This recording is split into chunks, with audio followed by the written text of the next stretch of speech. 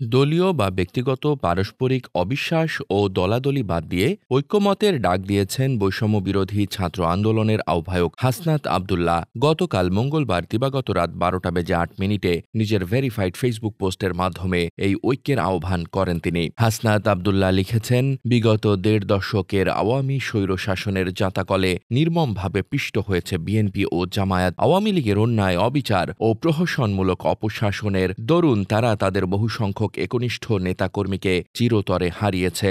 গণতন্ত্র, ভোটাধিকার ও মানবাধিকার হরণসহ সকল ধরনের অন্যায়ের বিরুদ্ধে অবস্থান নেওয়ার কারণে বিগত দিনগুলোতে দল হিসেবে বিএনপি ও জামায়াতের উপর আওয়ামী লীগ চালিয়েছে নির্মমতম অত্যাচারের খড়গ। তিনি আরও লিখেছেন, ২৪-এর গণঅভ্যুত্থানের নেতৃত্বে থাকা বৈষম্যবিরোধী ছাত্র আন্দোলনে অংশ নেওয়া খেটে খাওয়া দিনমজুর থেকে শুরু করে সাধারণ শিশু কিশোররাও আওয়ামী লীগের নৃশংস হত্যাকাণ্ডের শিকার হয়েছে। ফ্যাসিবাদ আওয়ামী স্বৈরশাসনের দুর্দিন পেরিয়ে ২৪-এর সফল গণ অভ্যুত্থান আমাদের সামনে এক নতুন বাংলাদেশ বিনির্মাণের সম্ভাবনার দুয়ার উন্মোচন করে দিয়েছে। ফ্যাসিবাদী ব্যবস্থার চিরতরে বিলোপের স্বার্থেই সকল নিপীড়িত দলকে এক মহান ঐক্যের সামনে হাজির করেছে ২৪-এর গণ অভ্যুত্থান। বাংলাদেশে আর কোনোদিন ফ্যাসিবাদী আওয়ামী লীগের ঠাঁই নেই বলে মন্তব্য করে হাসনাত আবদুল্লাহ লিখেছেন, দল হিসেবে যারা ১.৫ দশকেরও বেশি সময় ধরে বাংলাদেশের আপামর মানুষের রাজনৈতিক অধিকার খর্ব করে গুম, খুন ও অন্যায় অবিচারের রাজত্ব কায়েম করেছিল, সেই আওয়ামী লীগের আগামীর ফ্যাসিবাদ মুক্ত বাংলাদেশে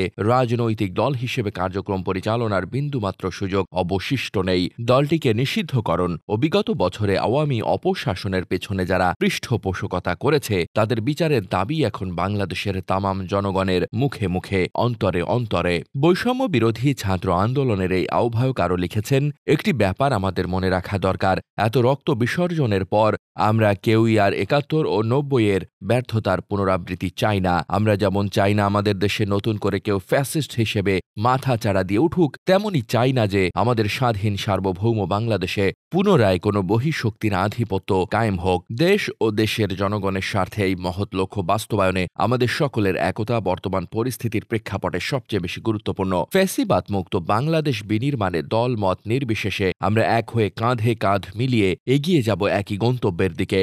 বিভাজন আর নয় জানিয়ে হাসনাত লেখেন, সুতরাং আমরা বিভাজনের বদলে ঐক্য চাই, অপশাসনের বদলে সুশাসন চাই। বাংলাদেশের মানুষ বহুকাল যাবৎ নানাবিধ দুর্দশায় দিনাতিপাত করছে। আমরা সবাই মিলে বাংলাদেশের মানুষের হৃদয়ে শান্তি ফিরিয়ে আনতে চাই। ফ্যাসিবাদী ব্যবস্থা বিলোপ ও আওয়ামী সন্ত্রাসীদের বিচার নিশ্চিতকরণে এই মুহূর্তে ফ্যাসিবাদ বিরোধী সকল রাজনৈতিক দলের ঐক্য অপরিহার্য। সুতরাং আমরা পারস্পরিক রেষারেষি, অবিশ্বাস ও দলাদলির বদলে একতা ও ঐক্যের দৃষ্টান্ত কায়েম করব। একই লক্ষ্য বাস্তবায়নে দলমত নির্বিশেষে আমরা সবাই আগামীতে এক হয়ে কাজ করব। ডেস্ক রিপোর্ট, বার্তা বাজার।